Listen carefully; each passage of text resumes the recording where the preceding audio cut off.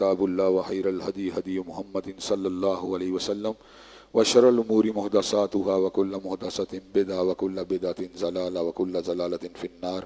اما بعد، اعوذ باللہ السمیع العلیم من الشیطان الرجیم، بسم اللہ الرحمن الرحیم.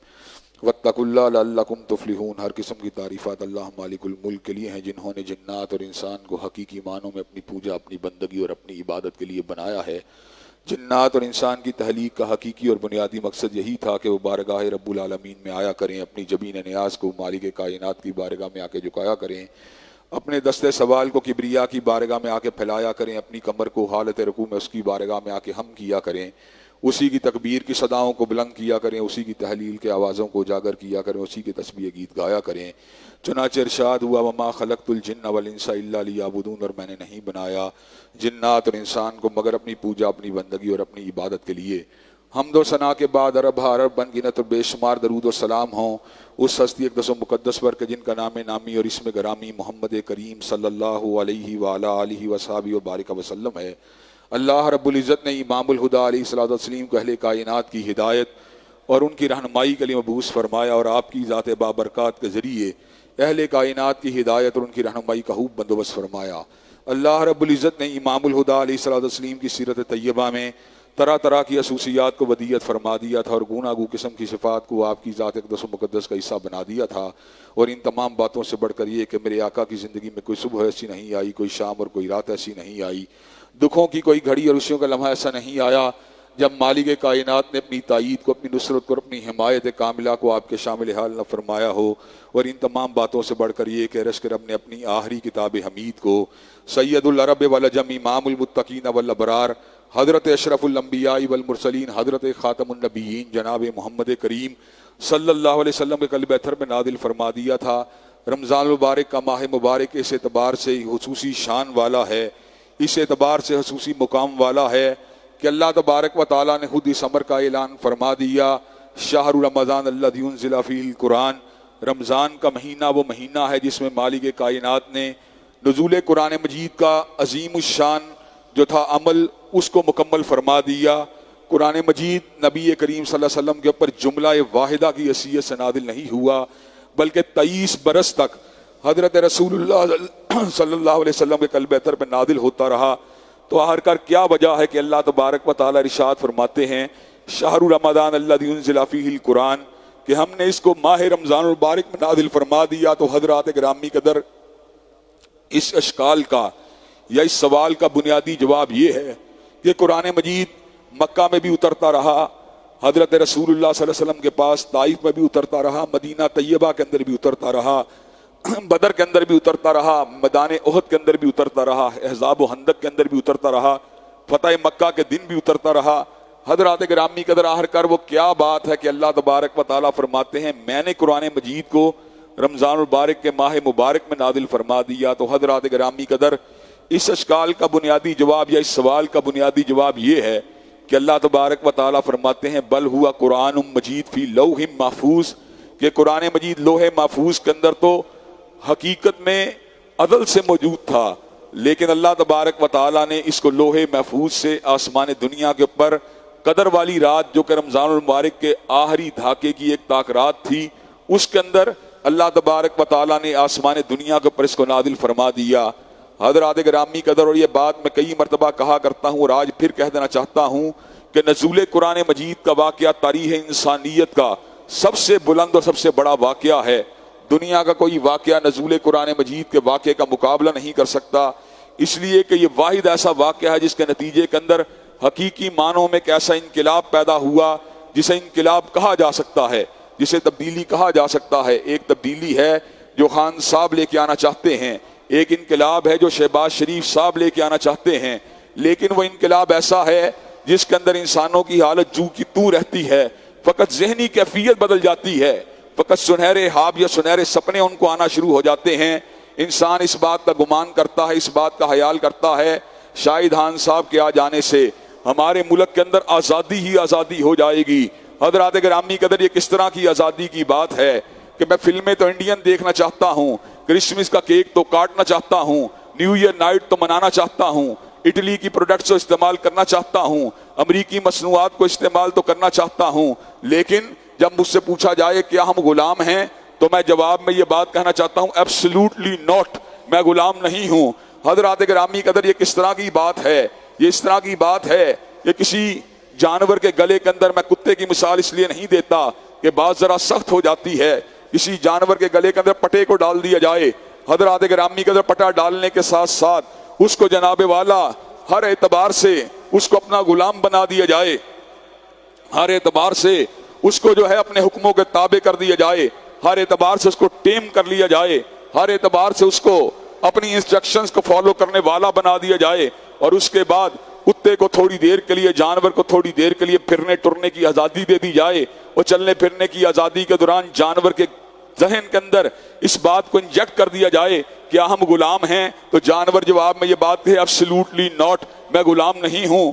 حضرات گرامی قدر اس سے بڑی اور کیا غلامی ہو سکتی ہے کہ ہم اپنا حلیہ جو ہے وہ انگریز سے مستعار لیتے ہیں، اپنی تجارت جو ہے وہ یہودیوں سے مستعار لیتے ہیں، اپنے تہوار جو ہیں وہ ہندوؤں سے مستعار لیتے ہیں، اور اس کے باوجود کوئی بات پوچھے کیا تم غلام ہو تو جواب میں یہ بات کہنا چاہتے ہیں ایبسلیوٹلی ناٹ، میں غلام نہیں ہوں۔ حضرات گرامی قدر تو غلام ہے، تو غلام ابن غلام ہے، تو غلام ابو غلام ہے، تو غلام کا بیٹا تھا، تو خود بھی غلام ہے، اور تو جو ہے آئندہ بھی نسل جو ہے اس کو بھی غلام پیدا کر رہا ہے۔ حضرات گرامی قدر غلامی سے آزاد کون ہے؟ غلامی سے آزاد وہ ہے، پانی پانی کر گئی مجھ کو کلندر کی یہ بات، تو جھکا جب غیر کے آگے نہ تن تیرا نہ من۔ حضرات گرامی قدر غلامی سے آزاد وہ ہے جس نے اپنی سر کو اللہ تبارک و تعالیٰ کے آستانے کے اوپر جھکا دیا۔ غلامی سے آزاد وہ ہے جس نے پروردگار عالم کے سامنے اپنے آپ کو سبمٹ کر دیا۔ غلامی سے آزاد وہ ہے جس نے پروردگار عالم کے سامنے اپنے آپ کو سبمٹ کر دیا۔ حضرات گرامی قدر دو طرح کے لوگ ہیں، فاما من طغى وآثر الحیات الدنیا فإن الجحیم ہی المأویٰ۔ ایک وہ شخص ہے جس کی نظر اگر ہوتی ہے دنیا کی زندگانی پہ ہوتی ہے، جس کی نظر اگر ہوتی ہے اپنی موز اور خواہشات پہ ہوتی ہے، جس کی نظر اگر ہوتی ہے اپنے جبلی تقاضوں پہ ہوتی ہے، جس کی نظر اگر ہوتی ہے شہوت رانی پہ ہوتی ہے، جس کی نظر اگر ہوتی ہے حسینہ کے چہرے پہ ہوتی ہے، جس کی نگاہ اگر ہوتی ہے سفلی خواہشات پہ ہوتی ہے، اور دوسرا شخص وہ ہے جس کی نگاہ اگر ہوتی ہے یا رب کے قرآن پہ ہوتی ہے یا کملی والے کے فرمان پہ ہوتی ہے۔ وَأَمَّا مَنْ خَافَ مَقَامَ رَبِّهِ وَنَهَى النَّفْسَ عَنِ الْهَوَىٰ، اس کو پتا ہوتا ہے ایک وہ دن آنے والا ہے جب میں پروردگار عالم کے سامنے کھڑا کر دیا جاؤں گا۔ اس دن کے خوف سے وہ کپکپا اٹھتا ہے، اپنی خواہشات کے ہجوم کے اوپر غلبہ پا لیتا ہے، وہ خواہشات کو اپنا غلام بنا لیتا ہے، اس کی خواہشات اس کو اپنا غلام نہیں بناتی۔ ایک وہ شخص ہے جو خواہشات کا اسیر ہے، ایک وہ شخص ہے جو خواہش کی پوجا کرنے والا ہے، ایک وہ شخص ہے جو جبلی تقاضوں کے پیچھے بھاگنے والا ہے، ایک وہ شخص ہے جو اپنی خواہش کی پوجا نہیں کرتا بلکہ اپنی خواہش کو دبانے والا ہے، جو اپنے آپ کو سبمٹ کرنے والا ہے، جو اپنے آپ کو سرنڈر کرنے والا ہے۔ حضرات گرامی قدر وہ جو خواہش کو دبانے والا، جو اپنی خواہشات کو اللہ تبارک و تعالیٰ کے آستانے کے اوپر سبمٹ کرنے والا، اصل آزاد وہ ہے۔ حضرات گرامی قدر اصل آزادی اس کو حاصل ہوگی جو جہنم کی غلامی سے آزاد ہو جائے گا، اصل آزادی اس کو حاصل ہوگی جو شیطان کے شکنجے سے آزاد ہو جائے گا، اصل آزادی اس کو حاصل ہوگی جو نفس کی قید سے آزاد ہو جائے گا، اور جو نفس کا غلام ہے، جو شیطان کا غلام ہے، جو جہنم کے راستے پہ چلنے والا ہے، جو ان قریب زری کی جاڑی کو کھانے والا ہے، جو ان قریب زقوم کے درخت کو کھانے والا ہے، جو ان قریب اللہ کے غضب کی مار کو کھانے والا ہے، اس کو اپنے آپ کو آزاد کہنے کا کوئی حق حاصل نہیں ہے۔ حضرات گرامی قدر انشاءاللہ ثم انشاءاللہ ہم آزاد ہوں گے، یقیناً آزاد ہوں گے، اور حضرات گرامی قدر ہم اس دن آزاد ہوں گے جب اللہ تبارک و تعالیٰ کے فضل و کرم سے اپنی خواہشات کے ہجوم کے اوپر قابو پا لیں گے۔ حضرات گرامی قدر نزول قرآن مجید کا موقع تھا، اللہ تبارک و تعالیٰ نے اس امر کا اعلان فرما دیا، یا ایھا الذین آمنوا کتب علیکم الصیام کما کتب علی الذین من قبلکم لعلکم تتقون، اے ایمان والو تمہارے اوپر روزوں کو لازم کر دیا گیا جس طرح تمہارے سے پہلے لوگوں کے اوپر روزوں کو لازم کر دیا گیا۔ اللہ تبارک و تعالیٰ یہ کام کیوں کیا گیا؟ کہا یہ کام اس لیے کیا گیا تاکہ تم حقیقی معنوں کے اندر متقی بن جاؤ۔ اللہ تبارک و تعالیٰ میں متقی کیسے بنوں گا۔ اللہ تبارک و تعالیٰ نے کہا جب تو روزے کو رکھے گا، جب تو اپنی بھوک کو دبائے گا، جب تو اپنی پیاس کو دبائے گا، جب جائز جبلی تقاضے کو دبائے گا، میں تیرے اندر ایک ایسی اسپرٹ کو پیدا کر دوں گا، میں تیرے اندر ایک ایسی طاقت کو پیدا کر دوں گا، میں تیرے اندر ایک ایسی روح کو پیدا کر دوں گا، میں تیرے اندر ایک ایسی کیفیت کو پیدا کر دوں گا۔ اس کے بعد تو خواہشات کا غلام نہیں رہے گا، اس کے بعد تو اپنے نفس کا اسیر نہیں رہے گا۔ حضرات گرامی قدر، اللہ تبارک و تعالیٰ نے نفس کے غلاموں کے بارے میں کلام حمید میں اس امر کا اعلان فرما دیا، افرائیتا من اتخذ الہہ ہواہ، کیا تو نے اس شخص کو نہیں دیکھا جس نے اپنی خواہش کو اپنا معبود بنا لیا؟ حضرات گرامی قدر، یہ جو خواہش کا پرستار ہے، یہ جو خواہش کا پجاری ہے، یہ اللہ تبارک و تعالیٰ نے اس کے بارے میں جہنم کی وعید سنا دی ہے، اور اس کے مد مقابل جو اللہ تبارک و تعالیٰ کے آستانے کے اوپر جھکنے والا ہے، جو اللہ تبارک و تعالیٰ سے ڈرنے والا ہے، جو اپنے آپ کو گناہوں سے بچانے والا ہے، اللہ تبارک و تعالیٰ نے ایسے شخص کو جنتی بنا دیا، ایسے شخص کو جو ہے کامیابی کے راستے کے اوپر چلا دیا۔ حضرات گرامی قدر، روزے کا درس کیا تھا؟ تقویٰ کا درس تھا، اور تقوی کا نتیجہ کیا تھا؟ اللہ تبارک و تعالیٰ نے اس امر کا اعلان فرما دیا، واتقوا اللہ لعلکم تفلحون، متقی تم بن جاؤ، کامیابیاں دینا میری ذمہ داری ہے۔ حضرات گرامی قدر، متقی بننے کے لیے اللہ تبارک و تعالیٰ نے پورا کا پورا ایک ریفریشر کورس کروایا۔ حضرات گرامی قدر، اس کورس میں کیا کیا باتیں موجود تھیں؟ حضرات گرامی قدر، اس کورس کے اندر قیام اللیل تھا۔ حضرات گرامی قدر، رمضان کا مہینہ چلا گیا لیکن قیام اللیل ابھی بھی باقی ہے۔ وَمِنَ اللَّيْلِ فَتَہَجَّدْ بِهِ نَافِلَةً لَكَ عَسَىٰ أَن يَبْعَثَكَ رَبُّكَ مَقَامًا مَحْمُودًا۔ حضرات گرامی قدر، اللہ تبارک و تعالیٰ نے عام امتیوں کی طرح نبی کریم صلی اللہ علیہ وسلم کے اوپر تہجد کی نماز کو مستحب قرار نہیں دیا، بلکہ تہجد کی نماز کو آپ کے اوپر واجب قرار دے دیا۔ حضرات گرامی قدر، اور اس کا نتیجہ یہ بتلا دیا، عَسَىٰ أَن يَبْعَثَكَ رَبُّكَ مَقَامًا مَحْمُودًا۔ اللہ تبارک و تعالیٰ اس تہجد گزاری کے بدلے تجھے مقام محمود کی رفتوں کے اوپر پہنچانے والے ہیں۔ حضرات گرامی قدر، وہ کیا چیز ہے، وہ کیا چیز ہے جو حضرت رسول اللہ کے اوپر اس لیے لازم کی گئی کہ اللہ تبارک و تعالیٰ آپ کو مقام محمود کے اوپر پہنچانے والے ہیں؟ اس کی کیفیت کیا ہوگی؟ حضرت علامہ نے بڑے خوبصورت الفاظ میں یہ بات کہی، رومی ہو، غزالی ہو، عطار ہو، رازی ہو، رومی ہو، غزالی ہو، عطار ہو، رازی ہو، کچھ ہاتھ نہیں آتا بے آہ سحر گاہی۔ حضرات گرامی قدر، رمضان المبارک کا مہینہ، اس کے ساتھ ساتھ قرآن مجید کی تلاوت کا مہینہ تھا۔ حضرات گرامی قدر، رمضان المبارک تو چلا گیا لیکن تلاوت قرآن مجید آج بھی باقی ہے۔ حضرات گرامی قدر، اگر عبادات کو نوافل کے اندر تقسیم کیا جائے تو کل 3 عبادتیں بن جاتی ہیں۔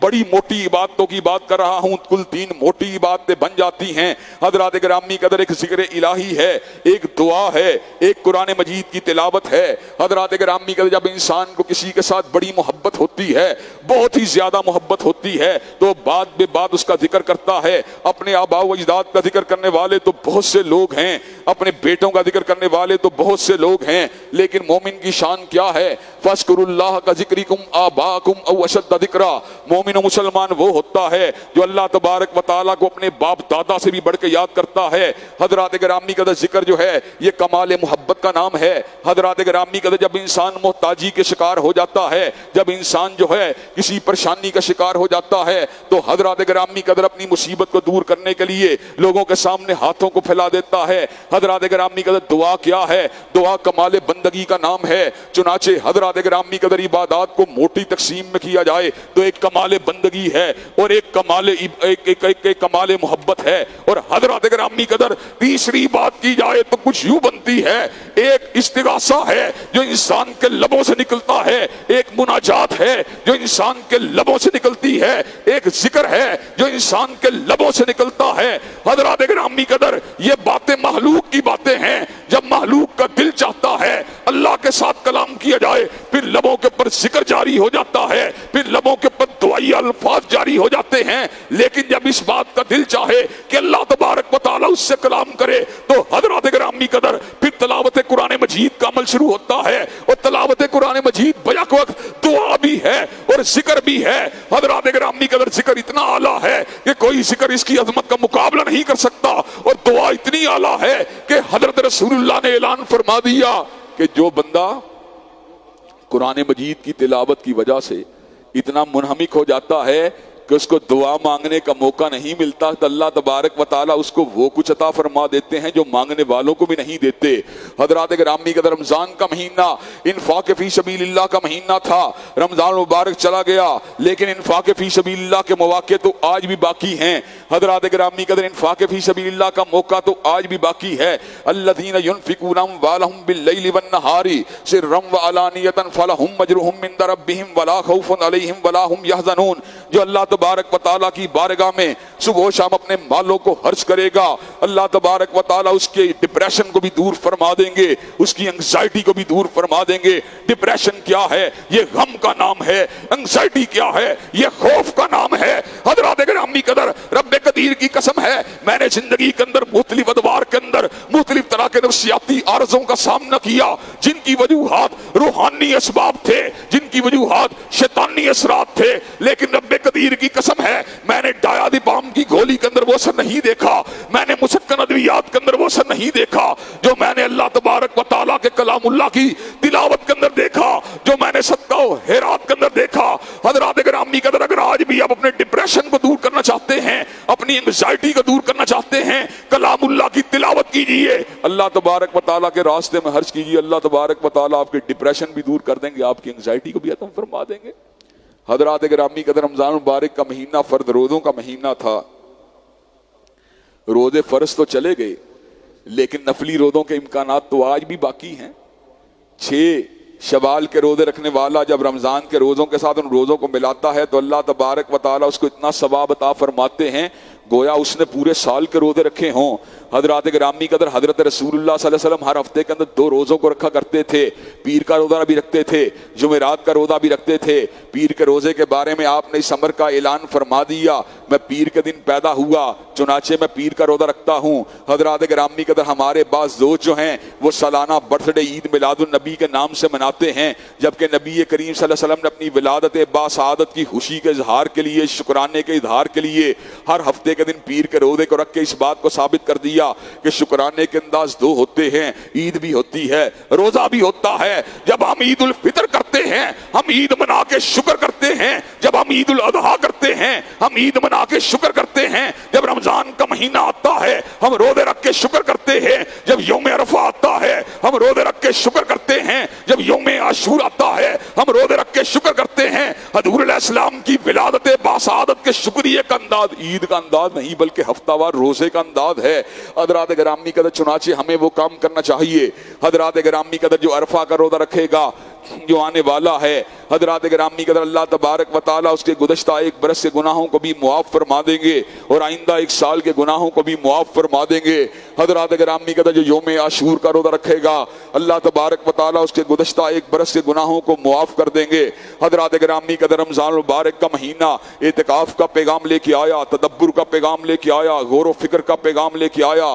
حضرات گرامی قدر غور و فکر کا مقام اب بھی باقی ہے، تدبر کا مقام اب بھی باقی ہے۔ خلوت کے اندر کچھ وقت گزار کر اللہ تبارک و تعالیٰ کے ساتھ ہم کلام ہونا، خلوت کے اندر کچھ وقت گزار کر کائنات کے اسرار اور رموز کے اوپر غور کرنا، خلوت کے اندر کچھ وقت کو گزار کر اپنی حقیقت اور اپنی کیفیت پہ غور کرنا، یہ مومن کا انداز اور اسلوب ہوتا ہے۔ اللہ تبارک و تعالیٰ فرماتے ہیں الذین یذکرون اللہ قیاما وقعودا وعلی جنوبہم، مومن وہ ہوتے ہیں جو اٹھتے بیٹھتے اپنے پہلوؤں کے اوپر اللہ کو یاد کرتے ہیں، ویتفکرون فی خلق السماوات والارض، اور زمین و آسمان کی تخلیق کے اوپر غور و فکر کرتے ہیں۔ پھر کیا کرتے ہیں؟ پھر یہ بات کہتے ہیں ربنا ما خلقت ھذا باطلا، اللہ تبارک و تعالیٰ کے اللہ تبارک و تعالیٰ کی کائنات پہ غور و فکر کرنے کے بعد، اللہ تبارک و تعالیٰ کی بنائی ہوئی اشیاء کے اوپر غور و فکر کرنے کے بعد ان کے ذہن کے اندر یہ کیفیت پیدا ہوتی ہے۔ حضرات گرامی قدر اتنی بڑی تخلیق کو بنانے والا یقیناً ان سے بھی بڑا ہوگا۔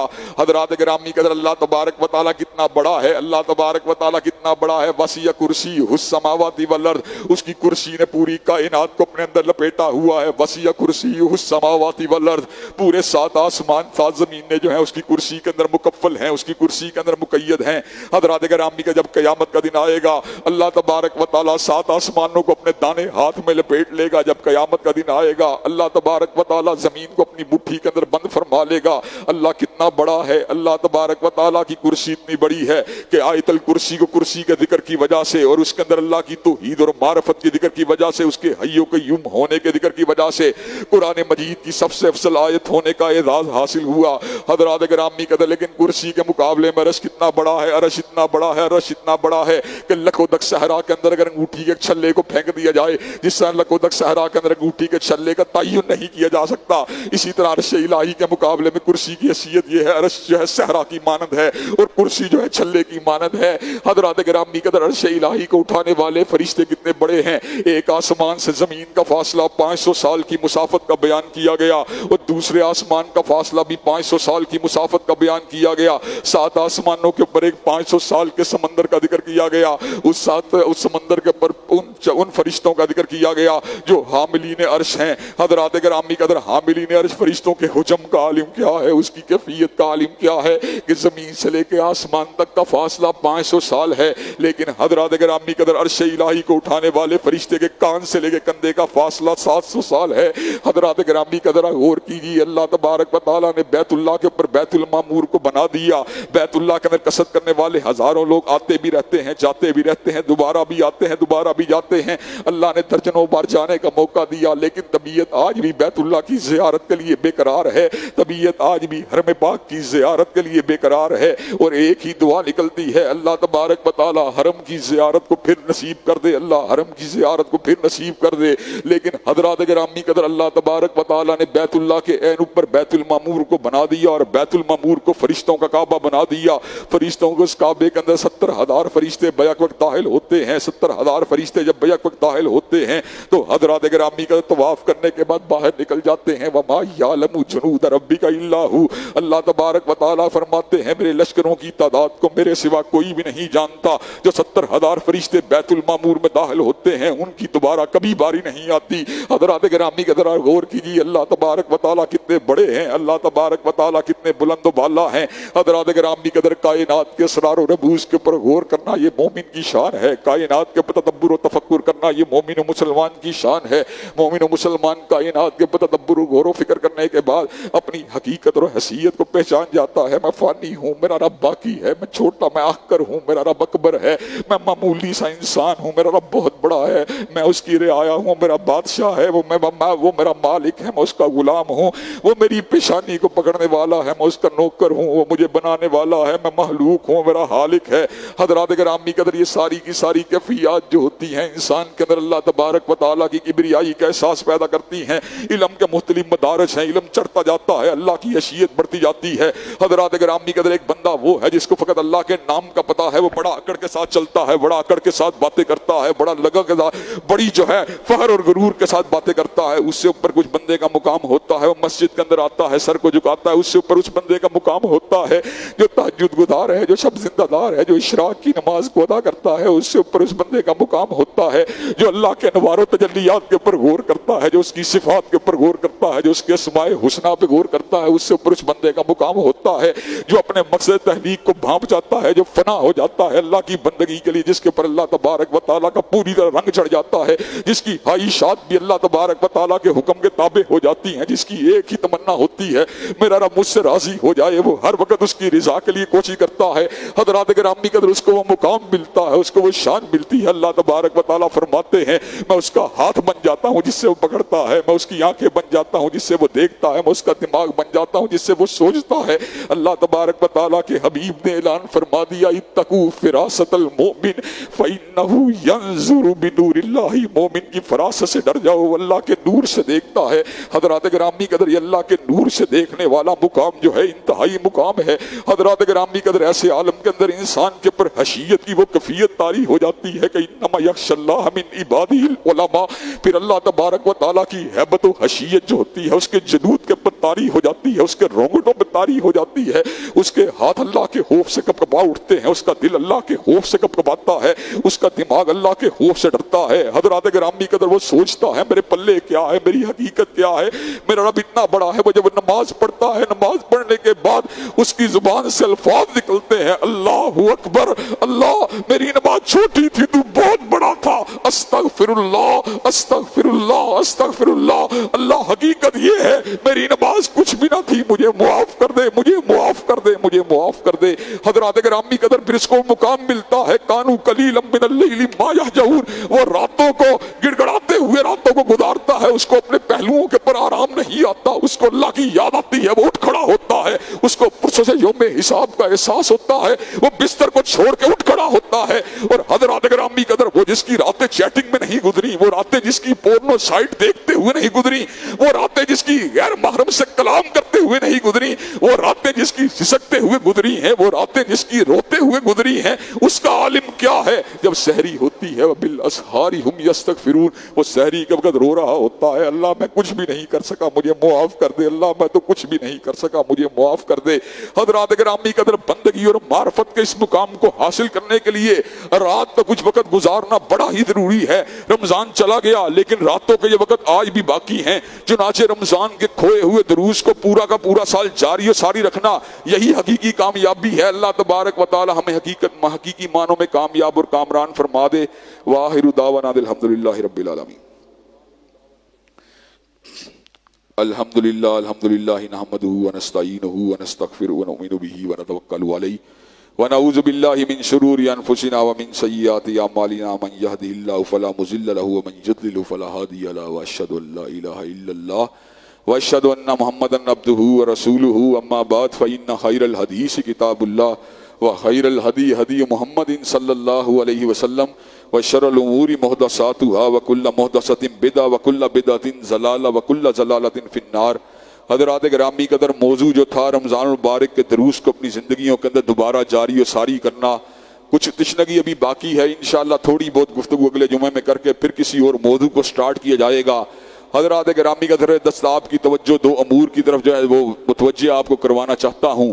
ایک جمخانہ کلب میں حالیہ دنوں میں واقعہ رونما ہوا، وہ جمخانہ جس میں پینٹ کوٹ پہن کے جانا جائز ہے، وہ جمخانہ جس کے اندر اعلیٰ پائے کے بوٹ پہن کے جانا جائز ہے، وہ جمخانہ جس کے اندر رولکسی گھڑیاں پہن کے جانا جائز ہے۔ وہاں پہ سنت رسول کو سجانے والے، پگڑی کو رکھنے والے کو تاحلے سے روک دیا گیا کہ تمہارا لباس جمخانہ کے سٹیٹس کے ساتھ مطابقت نہیں رکھتا۔ اللہ کی قسم، کوئی سکھ یہاں پر آئے اور اپنی پگڑی کو لے کے آئے، جمخانہ والے اس کو نہیں روکیں گے، لیکن جو پیغمبر زمان کی سنت کو اپنے سر پہ رکھ کے آئے، جمخانہ میں اس کو جانے کی اجازت نہیں ہے۔ کیا ہم آزاد ہیں؟ Absolutely not. حضرات گرامی قدر، کیا ہم آزاد ہیں؟ Absolutely not. حضرات گرامی قدر، ہم تو آج بھی انگریز کے غلام ہیں۔ انگریز تو چلا گیا لیکن ہم کالے انگریز آج بھی بنے ہوئے ہیں۔ اور حضرات گرامی قدر، دوسری بات جس کی طرف آپ کی توجہ کو مبذول کروانا چاہتا ہوں، آج کل شہر لاہور میں بڑے بڑے ہورڈنگ نظر آتے ہیں جن کے اندر باقاعدہ طور کے اوپر غیر محرم لڑکے اور لڑکیوں کی شادی کی سائٹ نہیں بلکہ ڈیٹنگ اور شادی کی بیک وقت سائٹ بنا کر باقاعدہ طور کے اوپر بے حیائی کے کلچر کو پاکستان میں داخل کرنے کی زبردست اور ناپاک جسارت کی جا رہی ہے۔ ہم کہاں پر ملے گے؟ ہم کہاں پر ملے تھے؟ لوگ کیا کہیں گے؟ ہم مجھ پہ ملے تھے۔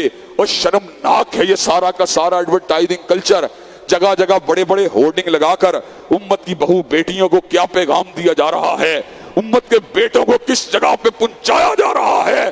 حضرات گرامی قدر، انشاءاللہ وقت آئے گا جب چکلوں کو گرا دیا جائے گا، انشاءاللہ وقت آئے گا جب بے حیائی کے اڈوں کو مٹا دیا جائے گا، انشاءاللہ وقت آئے گا جب اس ملک کے اندر حیاداری اور پاک دامنی کے کلچر کو عام کر دیا جائے گا۔ لیکن حضرات گرامی قدر، وہ کام نہ خان صاحب سے ہوگا، وہ کام نہ میاں صاحب سے ہوگا، وہ کام اللہ کے غلاموں سے ہوگا، وہ کام اللہ کے بندوں سے ہوگا۔